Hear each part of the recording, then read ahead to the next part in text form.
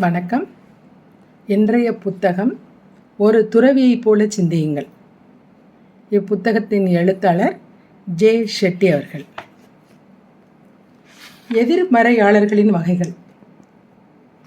எதிர்மறை நடத்தைகள் நம்மை நிரந்தரமாக சூழ்ந்திருப்பதால் நாம் அவற்றுக்கு பழக்கப்பட்டு விடுகிறோம். பின் வரும் நபர்கள் உங்கள் வாழ்வில் இருக்கிறார்களா என்று சிந்தித்து பாருங்கள். குறை கூறுபவர்கள். தீர்வுகளை தேடாமல் வெறுமனே குறை கூறுபவர்கள் இவர்கள். திரிப்பவர்கள். தங்களுக்கு வழங்கப்படும் ஒரு பாராட்டை கூட திரிப்பவர்கள் இவர்கள். இன்று நீ அழகாக இருக்கிறாய் என்பது அப்படியானால் நேற்று நான் அழகாக இல்லையா என்று திரிக்கப்படும். பழிக்கடாக்கள். உலகம் தங்களுக்கு எதிராக செயல்படுவதாக நினைப்பவர்கள். தங்கள் பிரச்சனைகளுக்கு மற்றவர்கள் மீது பழி போடுபவர்கள். விமர்சகர்கள். ஒரு வேறுபட்ட அபிப்பிராயத்தை கொண்டிருப்பவர்களையும் அபிப்பிராயங்கள் எதுவும் இல்லாதவர்களையும் எடை போடுகின்றவர்கள் இவர்கள். கட்டளையிடுபவர்கள். தங்களுடைய குறைபாடுகளை உணர்ந்திருந்தும் கூட வெற்றி பெறும்படி மற்றவர்களுக்கு அழுத்தம் கொடுத்து அவர்களை கட்டாயப்படுத்துபவர்கள்.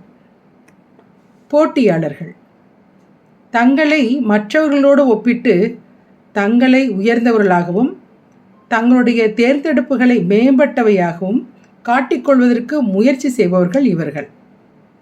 மற்றவர்களை சிறுமைப்படுவதற்கு எந்த எல்லைக்கும் போகக்கூடியவர்கள் இவர்கள். கட்டுப்படுத்துபவர்கள்.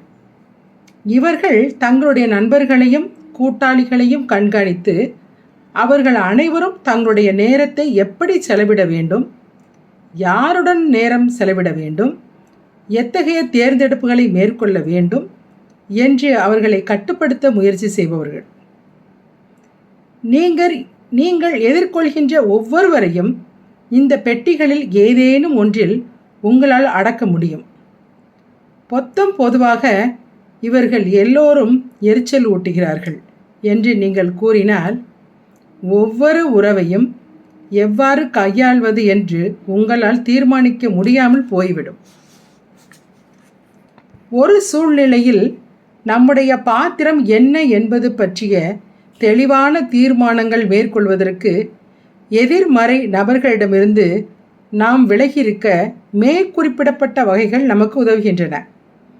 பிரச்சனையின் மூல காரணத்தை ஆராய்ந்து ஒரு சூழ்நிலையை தெளிவுபடுத்தி அதை உங்களுக்கு நீங்களே எளிமையாக விளக்கிக் கொள்ள உங்களுக்கு உதவுவதுதான் ஒரு துறவியின் அணுகுமுறையாகும்.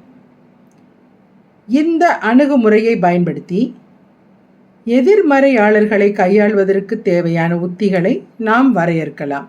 நன்றி.